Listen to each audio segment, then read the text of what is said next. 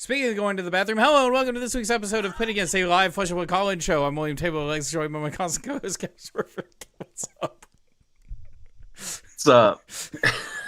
Pit Against is a live college show. If you'd like to be live on air talking to us about your hot take, join the Pit Against Discord by clicking on the link that's in the description, and then join the waiting room channel. Put your hot take in the topics text channel. If we like your take, we'll put you on for a mic check. Then put you on air. You can also put your take in the topics text channel, in the stream chat, or in the comments for me to bring up if you can't make it on. Kevin, how are you? I'm good. I'm chilling. Sick. You're doing very good. You're doing quite well. Yeah. Yeah. You top 4'd in RTN. I did. I got my Nats invite on Saturday. First event. Always feels good. Sick. Prism, of course. Only need one. Yeah. Only game I lost was the finals to Tim, who was also on Prism on my exact list. His only loss on the day was to me in Swiss. So on the day, my deck went 14-2, and the only thing it lost to was itself. Yeah. So I'll take that. And then I played Vincent on Sunday. Is Sunday also an RTN for you? Yeah, it was my local one. That was like Vincent? Yeah. I went there and I was like, I'm probably just going to hang out. And then someone was like going through like the spare decks they had on them and they said Vincent. And I'm like, yeah, why not? It's been a while since I played Vincent. Combo decks. Yeah. So I played Vincent. I went 1-2 and it was fun. It was a good time. And I was also there. Anyways, you were at the first one. I was at the first one. It was all right. I had a great time. And I'm excited for more RTN events. And getting to see Kevin at RTN events. Which that's the cool thing about RTNs is even if you win them or qualify, you can still play in them. Yeah. Yeah. I got to play Sunday after winning or after getting after qualifying, he was allowed to play more. Tim is going to be he was the winner of the RTN that we were just talking about, and he's going to be at SCG, and I'm going to get to play I don't know what he's going to play, but I'm going to get to play against him at it, and it's going to be great. And we're going to cube draft. Or y'all will. I won't, unfortunately. I don't know if I'm going to make it all the way over there for that one, but it's possible. It's possible, and it would be sick. I might need a place to stay for it. I know a guy. Might not be me. Yeah. I think so. Okay, so RTNs. They're going on. We had a week 1 is done. Yeah, week 1's done. Actually, I guess someone wanted to have a topic kind of about that. Is there something else I wanted to talk about? Something else to talk about. Unless Clark wants to come on here. I'm trying to gauge because I think the best direct conversation follows into a comment that we got on Discord, and I wanted to see if we could talk to them about it. But until they get on here, I'm going to talk about it a little bit. RTN meta, right? So how has RTNs? You played 2. Yeah. And you're on the internet. How's the meta feeling? It's fine. It's super wide. You play what you want. I think the difference between like the top 2 decks, which people kind of all agree, or the general consensus is Gravy, Marionette are the top 2 decks. And the difference between them and the next tier is relatively low, and the difference between that tier and the next tier is relatively low. And we don't really have a tier 1. We just have a bunch of tier 1.5s. Is what it feels like. It really just feels like a giant tier 2. Yes. And I guess I like describing the meta as like if there's a absolutely disgusting tier 0 deck, it feels like there's a bunch of tier 1s is how I would kind of describe it. Yeah. There's no there's a lot tier of ways 0. You could like organize it, but basically at the top where the top heroes are, there's not one hero dominating it. some people could argue Not up to really. something like 9 heroes are in it. Like, Something like that, yeah. yeah, it's Um, wide. and it's just kind of like it's because like basically every deck at that level has at least one matchup it just doesn't want to sit down across from in that top tier. Um, and it makes for this kind of weird. It's not really a triangle meta. It's like an octagon. Yeah, it's like yeah, that's a good way to explain it because it's Which like just like makes it very soupy and also very local dependent because by having like four people switch decks because it's a local, so the variance is mhm. higher, your event is going to go drastically differently because four people are on a different deck, and Mhm. that's enough to move your entire RTN. So there's 2 points to that. One, RTNs aren't battle hardens; they're not callings. You're not going to get Unless this you're in Brazil. unless you're in Brazil. So you're not going to get that level of like by the time you hit top four, it's just meta decks. Coalescence. Yeah, you're not going to get any of that coalescence in the sense where so the RTN that I played in locally at my LGS, the top four was Florian. Hmm. That's kind of reasonable. Uh, Yeah. Acilio. That's Yep. kind of reasonable. Hmm. Arachne Huntsman. Wild. Bolton. Not a huge surprise. People have it's Huntsman has been like on the Yeah. fringes now for a bit, but But Bolton. the Bolton. Bolton is a surprise. Yeah, yeah, That yeah. one I Yeah. will Yeah. say is a surprise. Mm-hmm.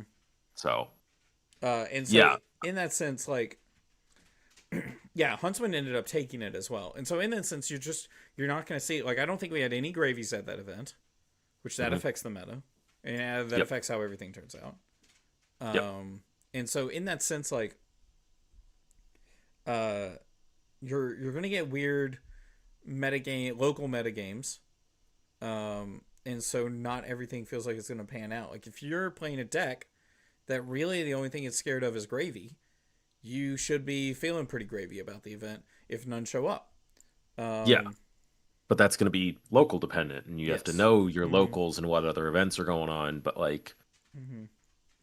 I don't But know. It's the other thing I was thinking about when we were talking about how this feels like a meta Octagon or whatever. Um, it reminds me of an image of a testing. We did like a testing stream. No, like a testing session post BNR where we were like, where are the heroes after the BNR? And someone made a graphic in our Discord of all the heroes, if you remember that one, with a bunch of arrows and a bunch of hero yep. names, and they were all going 20 different directions. It's just a big cluster. I wasn't Yeah. there for that. And so I look back at this image at work during lunch, and I'm spending the entire hour going like, what is this? Is this a good thing? And just trying to figure out what y'all came up with.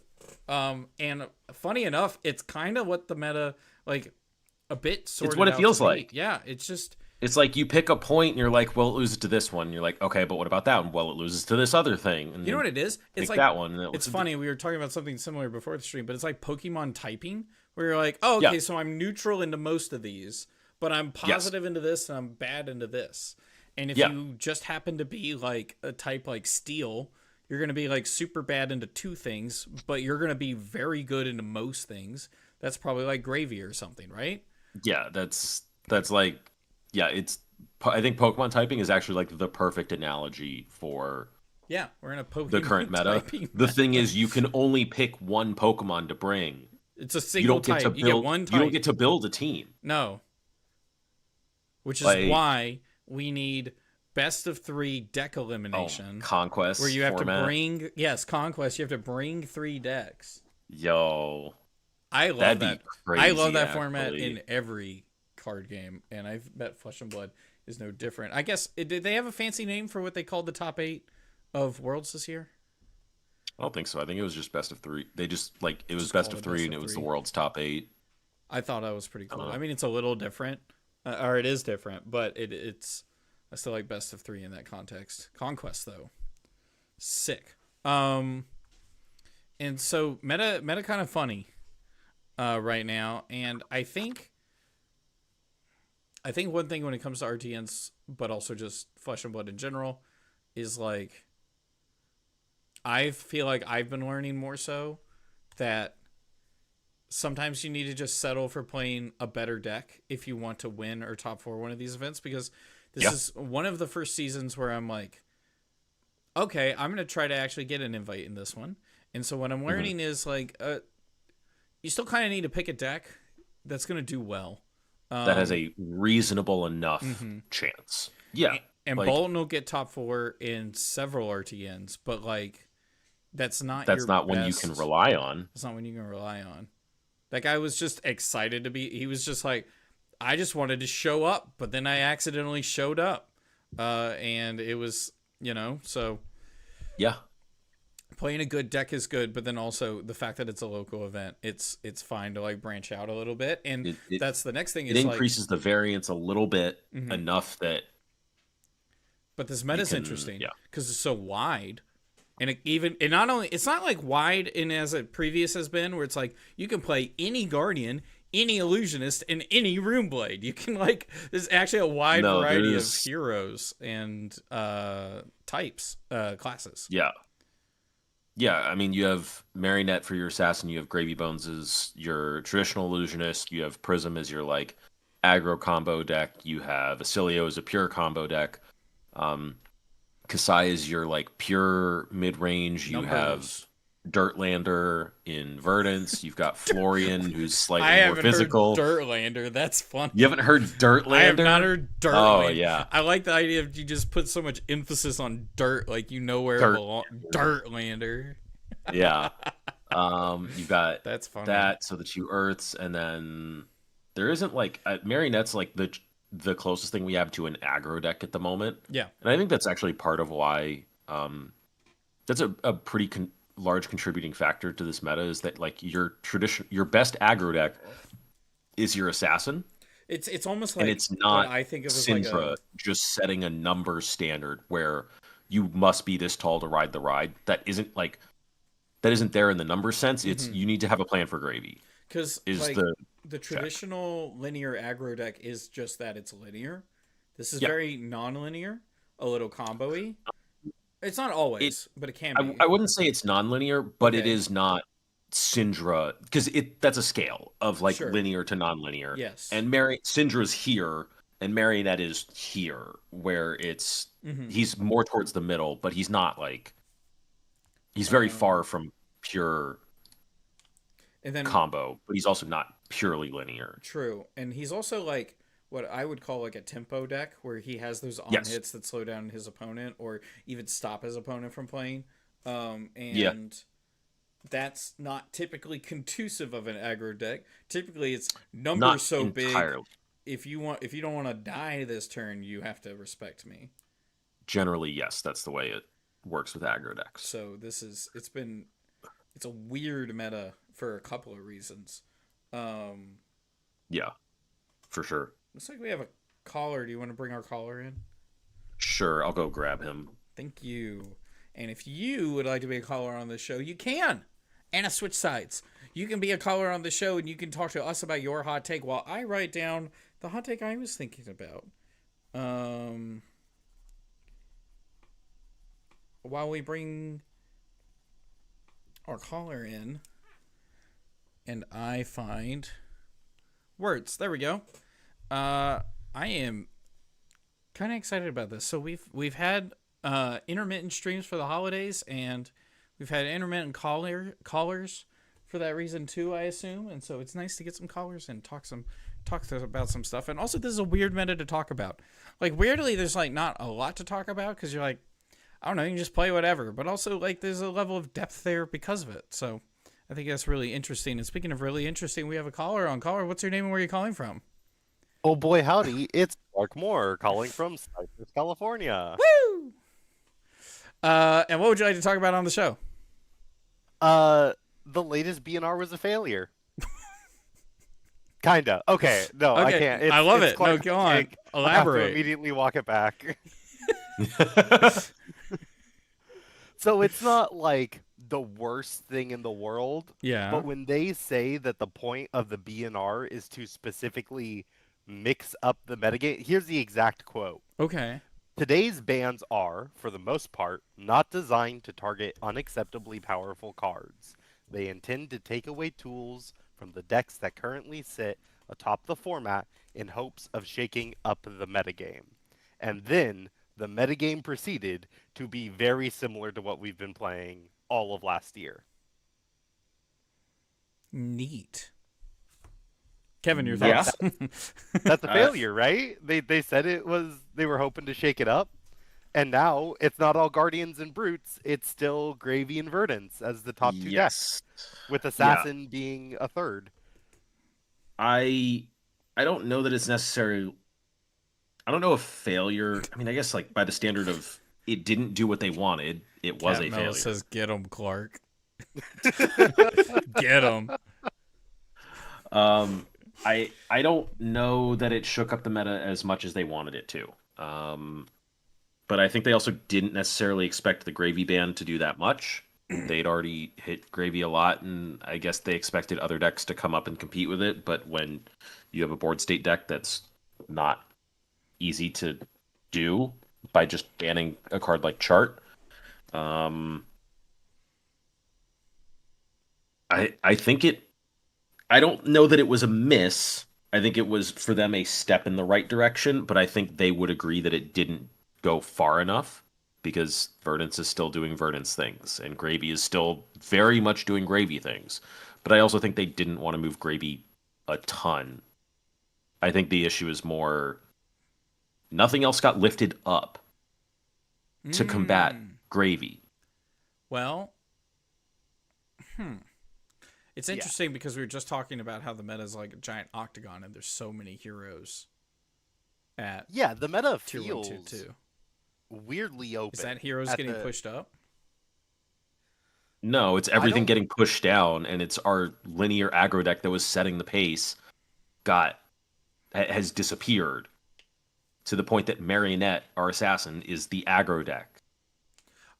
Okay, so that's actually interesting. So of the basically 4 decks that got hit, where are they now versus where were they? Gravy is the same deck. Marionette actually came up a little bit, probably from like the tier 2 to the tier 1 range. I think people learned how to play Marionette is the problem. I agree. I mean, you could also say that Marionette was already on the come up. I mean, was it Daniel from the Runaways team had been saying that Marionette was best deck in format for months? You know?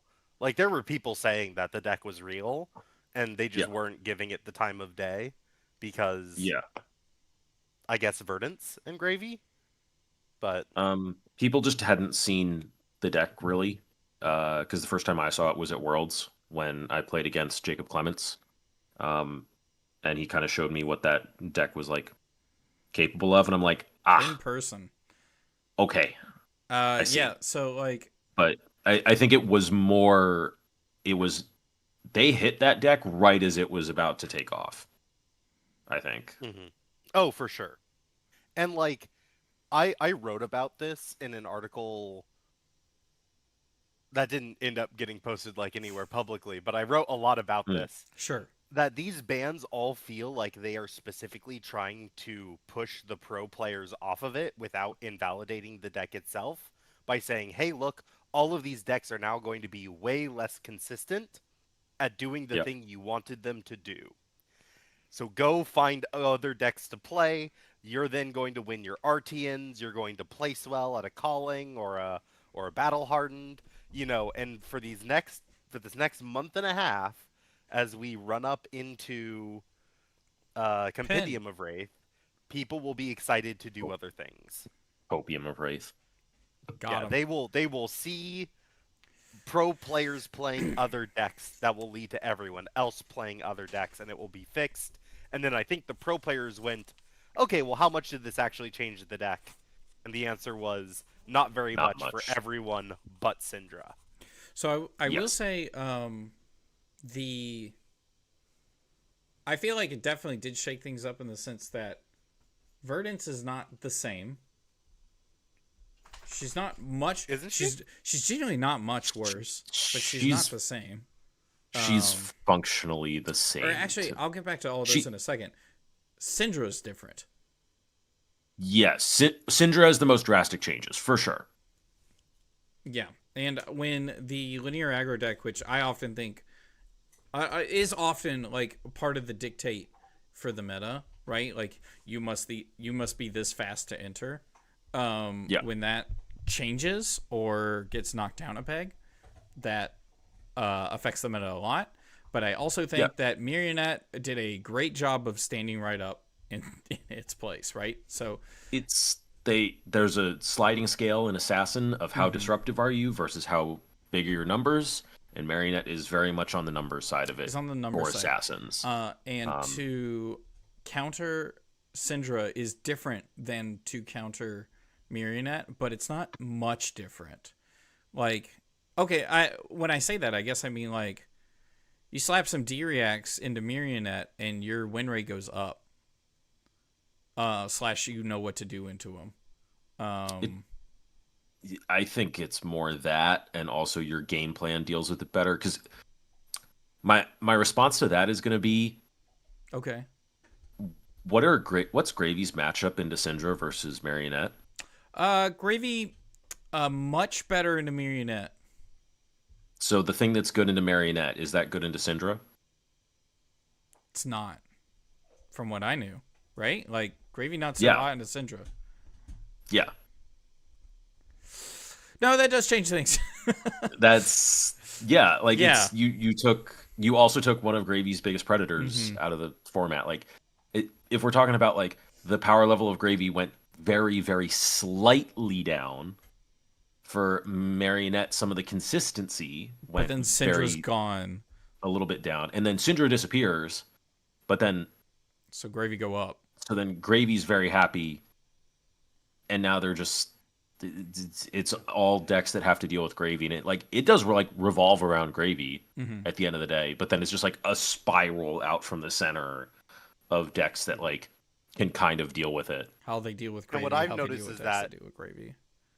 What I've noticed is that the people the most frustrated with the situation where they go, you told us you were going to change it and now it doesn't feel changed.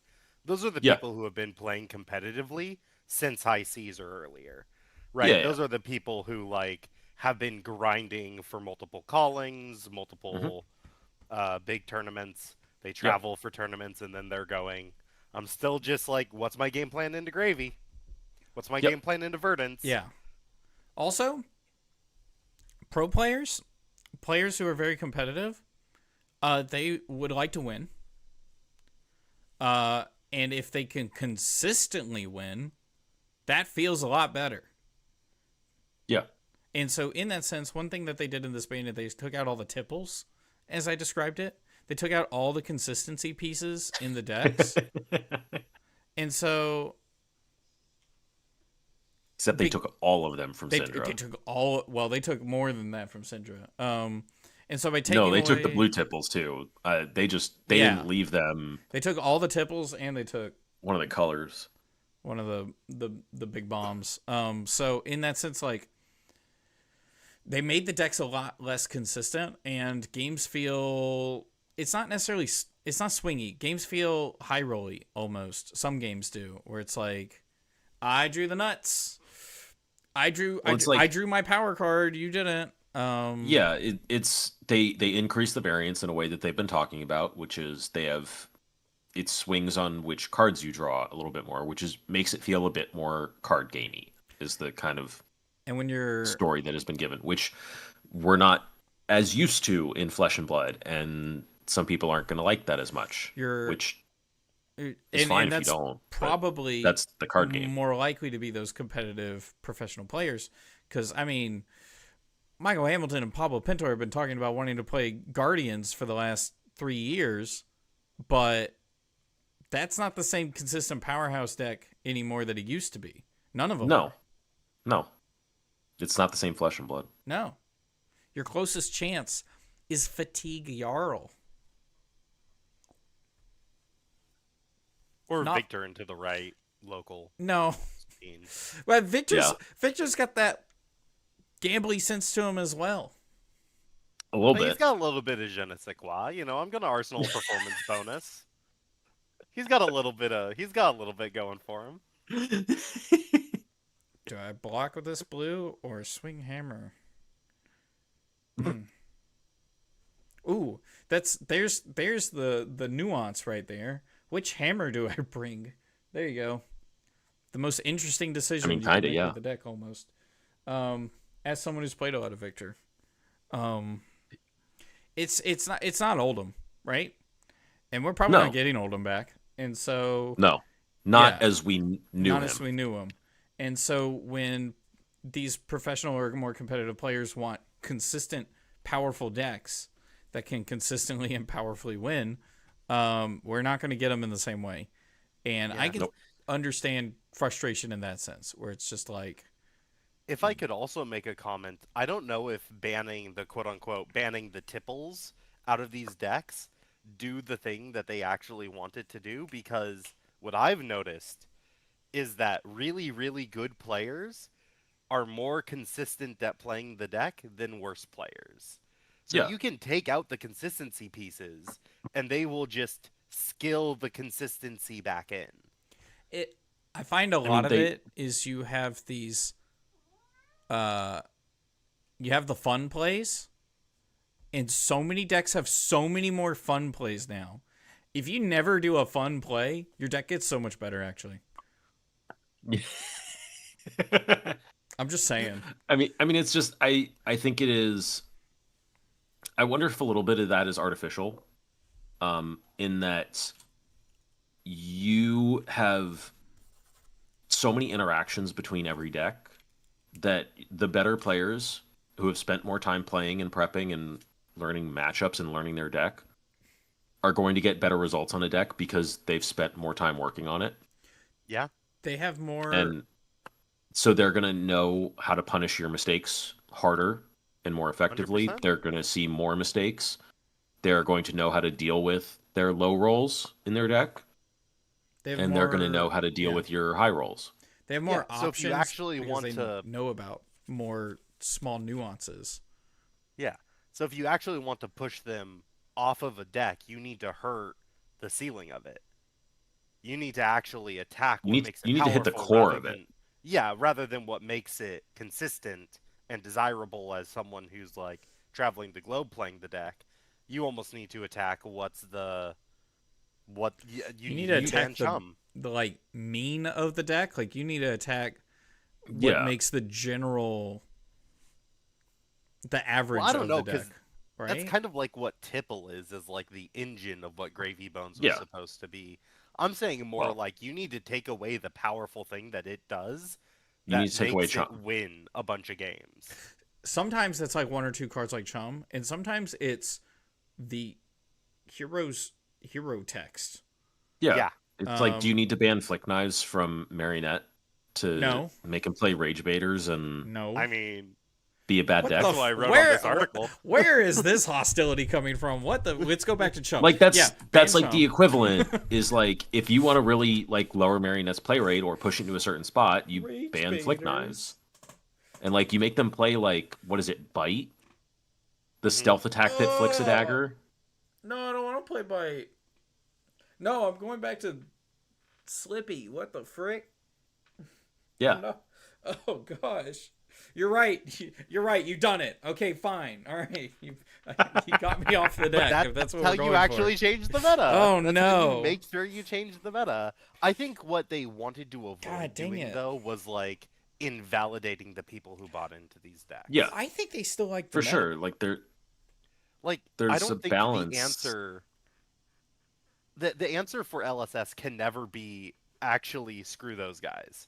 Like, those guys don't get to we completely gut their deck. They don't get to play the game anymore. Like Syndrome. That's never going to be the right answer for them. Even if it's only for 2 months, you can't do that as a company. No.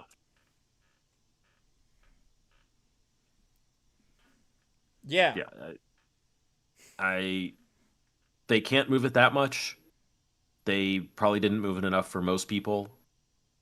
And even like Verdance is like has still fallen off to where the people playing Verdance are the ones who have been on Verdance for 6+ months, and we're I on know it before someone high who's seas. still on Syndra right now. Like, Yeah. Only the I super mean, diehard Syndras how are still much? playing Syndra, but I know Syndra still got hit, but like, how many wins did Syndra get? did she?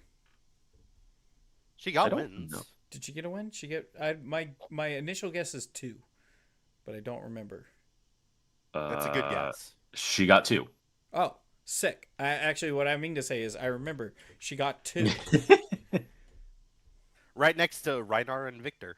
right next to Reinhardt. Yep. You know who got more? Arachne Huntsman with 3. Same Very amount cool, as very Fang. base. Tier 1 deck Fang. Tier 2 deck. Also, I'm starting to think that there's a disconnect between the data that we're seeing and the data that LSS is seeing. Oh no. Brian Gottlieb put out a He tweet brought it up. where was I not supposed to? No. Which part? I forgot. I that was one thing that I might have wanted to talk about this evening. I forgot all about it. Well, there's 2 things. There's 2 paths I think this can actually go. Okay. There's 2 Okay. pieces of information that Brian has talked about. Yeah. The Okay, go conversion ahead. rate. Okay. Yeah, that's the on-topic one. The other one is Yeah. RT in attendance, right? Yeah. Yep. Yeah. Yep. No, I'm talking about. I'm LSS and talking their infinite about. transparency. Talking about the conversion rate. Yeah. So it was what of the top 5 most represented heroes, it was only 1 was in the top 5 of conversion rates or something like that. Of the top 5 most winningest heroes, I want to say it was. Only one of those was Okay. also in the top 5 conversion. Conversion rate. And in a later comment, he went on to clarify that that is not like, oh, one guy played a Betsy somewhere, and then that Betsy made top 8. We didn't consider those. We looked at a reliable sample size for each hero. Sure. Which just like, from what I can tell, that to me says it's like either Verdance or Gravy, and the rest are like. Because honestly, there wasn't like a ton of Gravy played, and then to be 17% win rate, like. I could see Gravy definitely being the one, and then. But like, so it's that not means... Dio. No, because Dio's the 5th, right? Yeah. Yeah, Dio would be the 5th. I think it is like Florian, Fang. Yeah, I could definitely see Fang and Huntsman being super low representation. So then very high conversion. Jarl would probably be similar. Unique stat from RTN week 1 that I don't recall ever seeing before. I'm going to talk like I'm a bot on TikTok. The top 5 most played decks were Marionette, Gravy, Verdance, KO, Kusai. Only one of these decks is in the top 5 for conversion rate, and it's in 5th place. All right, that's already like the whole sentence is vague. Like, yeah. Like even that they last don't part want where to he's give us like, more data. The last part where he's just like, we might do something. Only one of these is in top 5. And it's the 5th place. Yeah. Yeah. Which one's that? Again, probably Gravy, right? Or was Gravy in the list there? Gravy was Gravy, Verdance, KO, Kasai, Marionette. Yeah. Yeah. Well, we know it's not KO, but like, yeah, I don't know. It's not KO. It's not Kasai. Couldn't be Verdance. Gravy? I don't know. I think we're gonna see what happens because we also have 2 callings. Then we have another set. This is already like a weird 1 month RTN only meta. It's and then we're talking gonna after week 1. It's too early to call it a failure. You always have to like actually evaluate these things once they fully run their course. Yeah, and even if it isn't good, we have a set in a month. Yeah, it's fine. That could fix it or mess it up again. And I think it's honestly we get to start all over. It's changed enough to where there's work to be done. Like there's always work to be done, but I think it's changed enough to where I'm like, oh, well, I need to play this matchup like at least 5 times more, like see how it feels different. And I'll admit that more people feel comfortable bringing different decks. Mm-hmm. Yes, that's meaningful in and of itself, right? Like the meta got wider that's shaking it up, right? The field is now more representative of the Mhm. overall sample, right? Yes. That's not nothing. Yeah, No, I agree. I don't know that it did as much as they wanted it to, but it was a step in the direction they wanted to go, at least. So Yeah.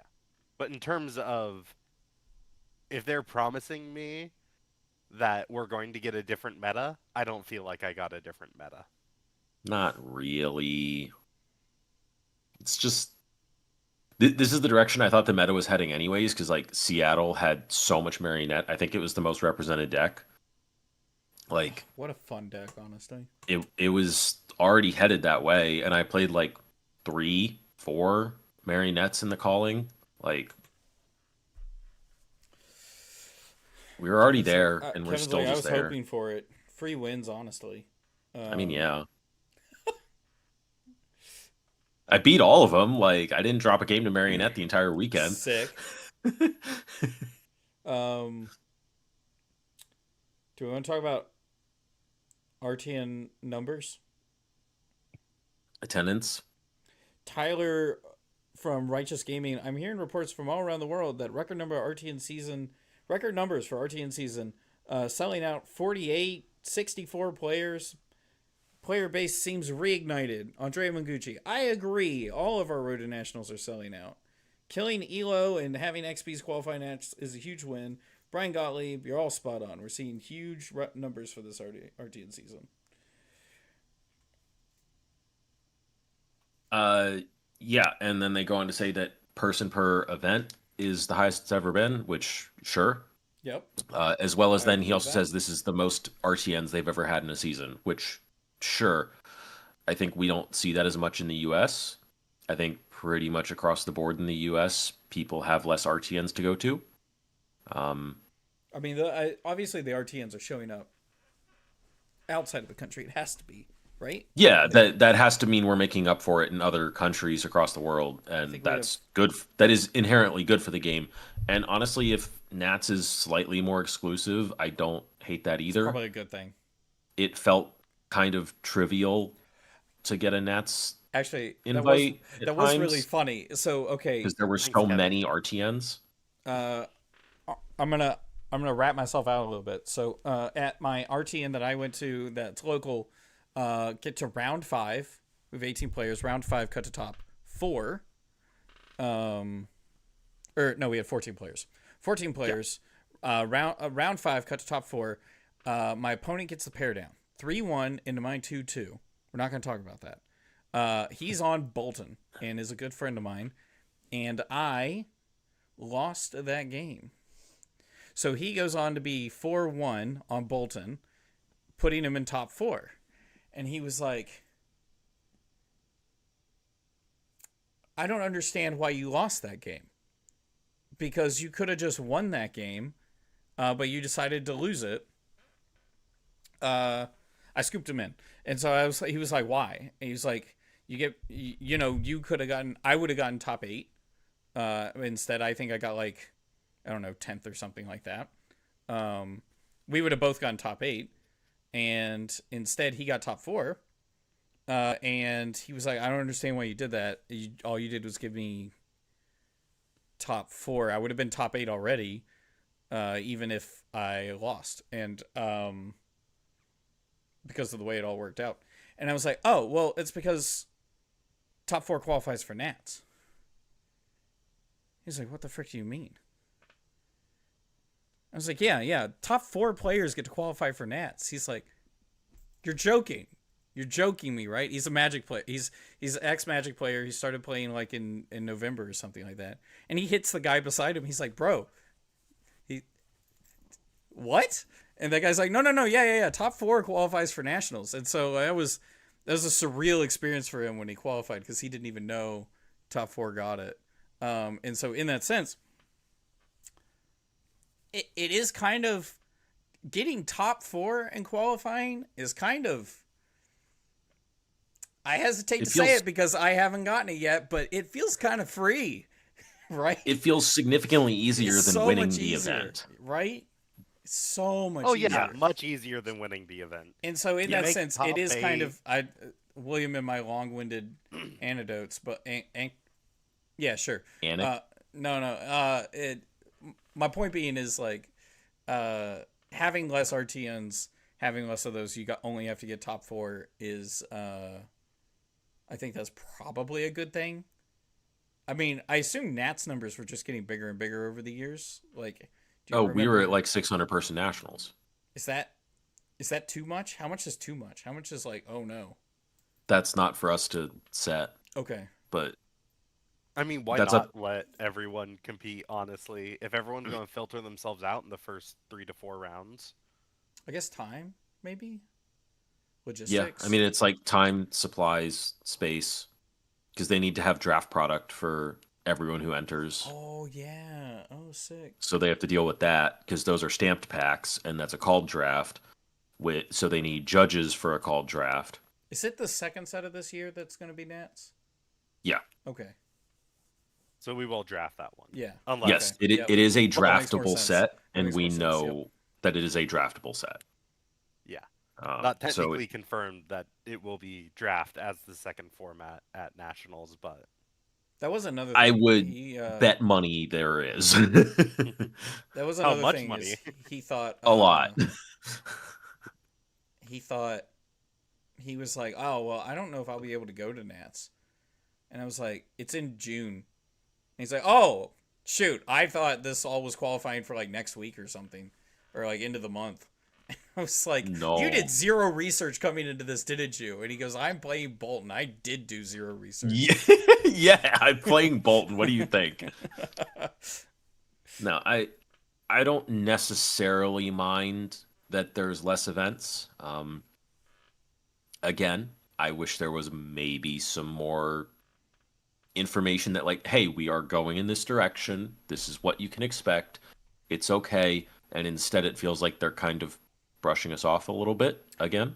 I feel like they're giving the amount of information that would be great if you're the person who only goes to armories and you're going to an RTN because it's taking the place of your armory this weekend. You're like, wow, Yeah. record number of Or RTNs. Well, that's kind of cool. Or it's your local store.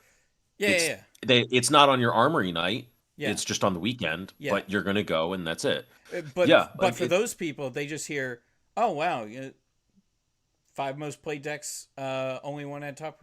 That's kind of neat. And then you don't really think about it anymore. You're just like, yeah, that sounds positive, Yeah. and you move on. But not enough. I mean, they have more RTNs across the world than any season before it by like 50.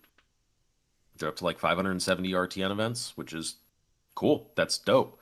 But I think people have asked like, hey, can we get the region by region numbers? Can we get country by country numbers? Like, We might what get does this them. look like?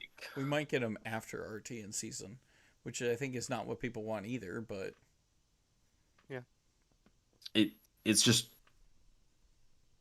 the way Brian responded to that question of is that because there's less RTNs? He just gave the flat number for overall and didn't take it locally, which is the way people experience RTNs and PQ seasons. Is we're going to see the ones we can go to. I mean, also putting it anecdotally, at least here in SoCal, is that I don't feel like we have significantly more or significantly less. We have about 2 every single weekend. So one shop's doing it on Saturday, one shop's doing it on Sunday. Sick. Everything's within a 3-hour drive because we're Southern California, and that's what we have to do here. Yep. And we're selling out week of. Yeah. For every single one, which is better than it's been in the past. We've capped at 40. We had one go all the way to 60 something. We're getting very, very good RT in attendance down here. I assume that's also good, right? Like, I think Runaways was kind of spinning it. I'm talking about this the weekly achievement for Pit Against. I talk about a different podcast, but I think Runaways was kind of saying it maybe as like a negative thing. It's like hard to sign up for events.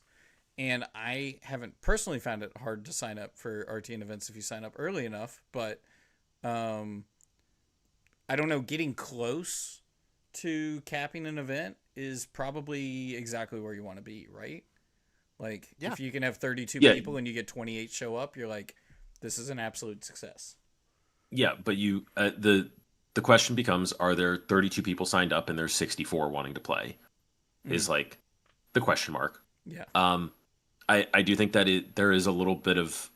I know that I have one less that is within half an hour of me than usual. I have another one less within an hour of me than usual, and another one less within 2 hours of me than usual to go to. So I'm So down. you definitely lost access. Yes, I'm down somewhere 2 to 3, and until last weekend, one of them was also the weekend of Columbus. So I went into this season with 3 RTNs, one of which was a 4-hour drive each way. That was my schedule. When normally I'm playing 5, Gross.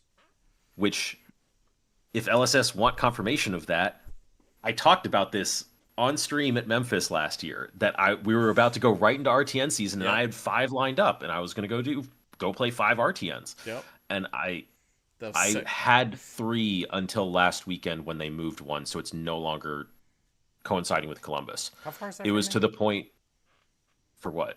That one. The one they moved? Like 3 hours. Yeah, I don't think anyone. I think there's only one person from that area who would show up. Sure. 2 from Roanoke would probably drive up. Oh yeah. Maybe. But I had kind of gone into this season accepting that I might not qualify for Nats because I only had 3 shots. Actually, I've heard that from several people, where they're just like, I'm going to do my best this RTN season, but decks feel a little high rolly, and I only get. There's to go gem to luck to 3. everything, and I only get so many shots, and yeah. Yeah. That's what I'm going to blame all my losses on. Gem luck. Well, if anything, I feel like we're talking about it in the healthy, productive way that if LSS hears it, we're not blaming them. We're saying this is our subjective experience. Yeah, this is my personal experience and where it's been at, and I would be curious to see the RTN numbers for the US, or just all of them by region, this year and last year. I would love to see those numbers. I just want access to all of Fab's data. I mean, Just give me the too. entire Excel Like, database. Yeah, like, please, there's so much data I want, like hero representation in RTNs. Clark, how many It'd be RTNs you wonderful played to in see yet? this. Well, I got sick last weekend the night before going to my first, so 0, and then the one on Saturday sold out. So it's just the AGE on Sunday is going to be my first. Tune in. Tune in. I will. Hopefully Same. they put me on stream. I'm playing KO. They like throwing a brood on there Gordon to Cam. make all the internet people go crazy. I don't have a cat. Oh. I'm sorry. No, it's fine. Mine's been doing nothing but distracting me. Yeah. All right, is there anything else we were going to talk about on this? Like, did we cover RTN basically? I had another topic. Oh yeah, you did have you guys another wanted to topic. talk That about one was that. funny. I want to hear it. Yeah, Channel Mount Heroic is the most broken card Oh. that's legal right now. It's a This 2 card's card stupid. something. It's a 2 card like 14. It has 15. the. It's stupid. It's got to be a multiple of 3, It's right? one 2 of the cards, few 12. cards that gets multiplicative value right now. Yeah. I'll put Crazy. it that way. You can play Wildfire and Verdance. It's one of the few cards right now that can get multiplicative value. So Channel That Mount Steez Heroic. play. Channel Mount Acilio. Heroic is I- a Earth and Vol- attack action card, costs 3, is Volterra. red, blocks for 3, has the channel text on it, and it says all attack action cards gain +3 power. Attack action cards you control. You control, thank you. That's important. Because it also counts for blocking, right? The It pop? does count for your cards while blocking. Probably not their best use case for him, but potential. Poppers.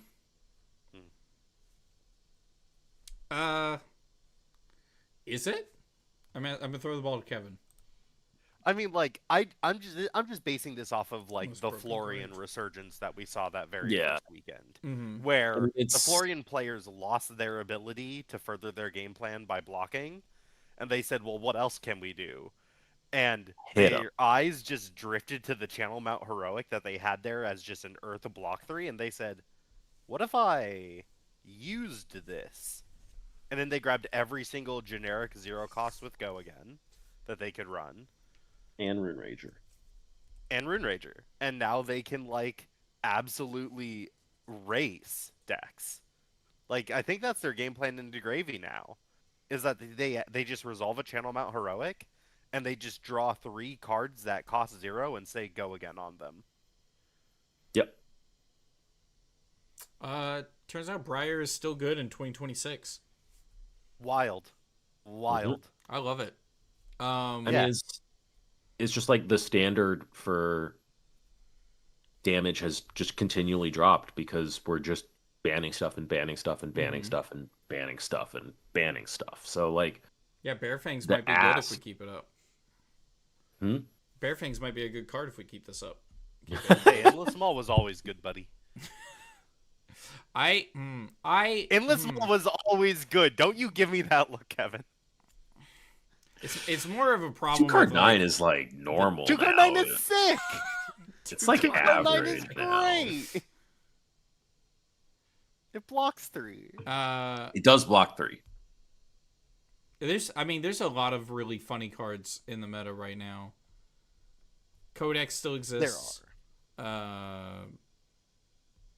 mean, it really is just like the fact that you're getting multiplicative value on that card. It's that you get 3 value times the number of go again attacks you have, which is you don't have that second because what Kano made what always made Kano work is you had 2 multiplicatives. You had Wildfire multiplying stuff, and you had Blazing Aether multiplying on top of that. And then like it's CMH is like the highest multiplicative thing you're getting right now, besides like Arclight Sentinel. Big proactive stuff. Yes, so that's what I was gonna say. Is like when I think of broken stuff, the other things that I think about is like cards that say your opponent can't play the game. Not like cards that like genuinely say they can't play the game, like Spinal Crush kind of does. Not like cards that are just like your next Red attack Arctic -1 or Incarceration, right? But specifically, I'm thinking of like Chum and Arclight Sentinel. ALS, Red Arctic Incarceration, Yes. with an extra frostbite. Yes. Yeah. Cards that genuinely say you can't play the game are huge value because it's a loss in potential value. I think T-Toxin is funny. I'm biased because what it is it represents that your opponent shouldn't do something, and they can't know that they shouldn't do something. It's like the Bonds of Agony effect, where it's like, But at reaction speed. but it's at reaction speed. Yeah, it's like whenever I attack with this knife, you could just get no value out of the card you blocked with. It would be the same as if you hadn't blocked. Yes, and so that kind of like juicing somebody at reaction speed is kind of gross. And you attack with Dagger for 1, it resolves for 15 by the end of the turn, and that kind of guessing game is wild in Marionette specifically. I've I do think started approaching Marionette like I approach Warriors. I'm either full blocking or I'm not blocking at all. You do what you gotta do, buddy. That's 100% correct. Yep. I'm so happy I have landed on the correct answer. There. No, that's it. There's actually there was like one time during an RTN where I played Kiss of Death and I was Black Widow, and my opponent said, "What do I do in this scenario?" And I was like, "Do you want a genuine answer?" And they were like, "Yeah, kinda." And I was like, "Most people block with 4 cards." they just nah. I don't want to lose cards on accident. I want to get my block value now. It's harder for you to go again if I block. Yeah. What was that stream game in the top 8? It was Shoma's Kasai versus the Marionette at calling. Was that calling Hong Kong? Yes. Yeah, and I just remember that really important Kiss of Death turn, and I was like, "Oh, you have to lay them all down here, right?" And he kept I think, one card back so he could pop a gold. No. And then it went over the top. Yeah. Took the card out of his hand. Yes, it did. And that little bit of damage, when the tempo ended up switching back like 3 turns later, or it did another reverse, or whatever the case was, he was just a little bit too low. And I was like, it's a Should've brutal. blocked. I'm sure he was playing around stuff with the boots. I know there was lines he was considering that I wasn't seeing, but I was like, yeah, holding one card back there feels so rough. You gotta take that gamble sometimes, but also sometimes you can't take that gamble. Charlie, Blue Sometimes you Nimblism just is a eat the card in the cards. meta. Yep. Blue Nimblism Blue is Nimblism. also played. Blue and- Nimby is a 1-card 6. Gross. Blue Nimby is pretty good. Tarantula Toxin. Pretty gross. That it doesn't matter if my opponent blocks. Yeah. Is it weird for me to say that that RKO feels a lot like this new Florian? Yeah. In the way that they'll both just sort of become like generic slop decks a little bit that are playing super linearly. Oh, I love that. And I've how always wanted to play RKO is not merchants. a brute whatsoever. No. He's whatever he wants to be. No, I've seen decks where they they're running like 4 pummels, and they'll in certain matchups just swap out the D-reacts for pummels. Yeah. Yeah. I really like Funny, I love it. Florian's in kind the of doing HE the same top 16, we had a competitor bring 9 pummels. thing. Oh, I want to say it was Austin Chin. Austin brought 9 That sounds pummel right. RKO. that can be very swingy, but I get it. Yep. Oh, I don't think he did great. I don't think it's the answer. I I mean, think 4 pummels is a lot closer. It's funny. But- A lot of it's- respect to that man. It's funny though. It's kind of like them running 9 Rune Ranger, and you're like, really? And then you watch it hit, and you're like, oh well. Oh, they all block 3. They all block They all have 3. go again. Yeah. They all get buffed. Channel Mount Heroic makes them all come in for greater than 4. Why am I playing against Aurora? It doesn't say lightning at the bottom of It's your hero Briar. card. What's going on? Briar. And Florian, when he's online, when he plays Channel Mount, it's an aura, so it doubles, right? No. Oh, No. But you do get to keep channel up the very next turn when you make Rune Chance, throw a Rune Rager, and then you follow up with a Felling. Yep. a felling for 11. That's gross. Yeah. Or a CNC for 9. Oh, that's the classic. I love that. Oh Yep. man, yeah. Yeah. I don't know. This meta's kind of funny. Kind of funny with it. It's just soup. Yeah, It's big soup. big soup meta. Yeah. When I which said I then- wanted Florian to have a more proactive game plan, this is not what I was talking about. Who said that? Mark. Me. Oh, sorry. No. Soup meta. Was that the league caster? Oh, Mark? that was Mark. Mark I Zimmerman? mean, if you're talking about the soup, It's the soup there meta. was a very The soup. famous LCS segment that went on for like a year. That's okay, where that's what they I were was thinking of. describing the soup. They're like, there's like Cloud9 at the top. Yeah, there's Cloud9 Oh. at the The top, soup. and then everyone else is Yep. 5-5, and then there's like, I don't know, Dignitas at the bottom or something, and And they they're just like, had the "It's the soup soup." of Yep. eight. That's kind of what the meta feels like. There's gravy at the The top. meta feels like the soup. Gravy rises to the top of the soup, and then there's a bunch of duds at the bottom. But It's like Yup. French onion soup. Gravy is the piece of bread that they sit on the top. Gravy is the bread. That sounds like a great way to end this conversation about RTN. RTN and CMH. I think where the decks are is kind of interesting. I don't hate this meta. I don't hate it either. Yeah, I can play things. yeah. I have options. Yeah. A lot And of that's people a can nice play a lot feeling. of decks. Yeah. I like feeling like I have options and that I can actually tech to beat some of these decks after they've gotten hit. And I think a neat part of it is how we talked about specialists are being rewarded. And so good players can still feel like they have an edge, even though the meta is wild and wide like this. Because we've had wide metas where it's like, I don't feel comfortable playing anything in this meta. But this feels good. So, Yeah. Clark, thank you for coming on. Thank you for having me. Is there anything you'd like to shout out? I would like to shout out Arcane Games and Events, which not only they're doing a lot of new stuff this year, going into St. Louis, and other sorts of stuff. If you actually care, I'll encourage you to go check out them. But this Sunday is the first one in SoCal that I'll be playing in. Sick. Highly encourage people to tune in, catch me on stream. And then this is a moment where I will actually shout out my own podcast, Pitch It To Me podcast, because we are coming back from our unannounced and unofficial hiatus. We were trying to do something special for our 100th episode. Didn't quite manifest, so we did something else, and that should be coming out this Tuesday. Sick. So we'll be back to regular content creation. Sick. I love that. Thank you so much for the call. We'll catch you next time. Thank you for having me. I'll catch you guys next time. Sick. Bye-bye. Bye. All right. Kevin. Yeah. What else we got? It's 9 o'clock. I don't know. That's it. I think like, we're still just like, we came into the show and we had some things maybe to talk about, but there wasn't anything crazy. I don't think so. Yeah. We're going to get a calling this weekend. We're going to get a calling next weekend. I think there's another the weekend after.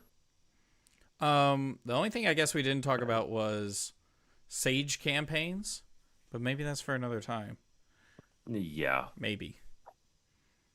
By the way, everyone vote to ban Dromai. Thank y'all so much for watching. Oh my God. Stop. I think that about wraps it up. Kevin, do you have any shout outs? Nah. Sick. All right. Remember to go check out our merch at the table at -shop.4throw.com where you can get a shirt that say things like this. Wait, this. He's playing card games. He's scratching his head. That's it. That's the whole shirt. He's just there. Flesh and does that shirt should just say Fab is hard. Flesh and Blood is hard. Maybe it should.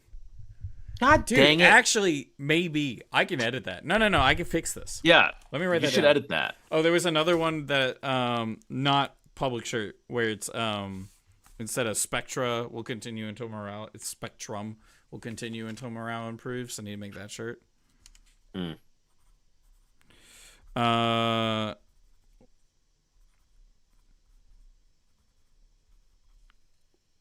And if you want to help make the stream look nicer and help get supplies for our project videos, support us over at Patreon.com/tablepit. Heck yes. I was writing, so I wasn't paying attention. Thinking. I wasn't thinking. I was gonna let you answer that one. Yeah, and we can get things like a light for Wyatt that he still hasn't sent me which one he wants.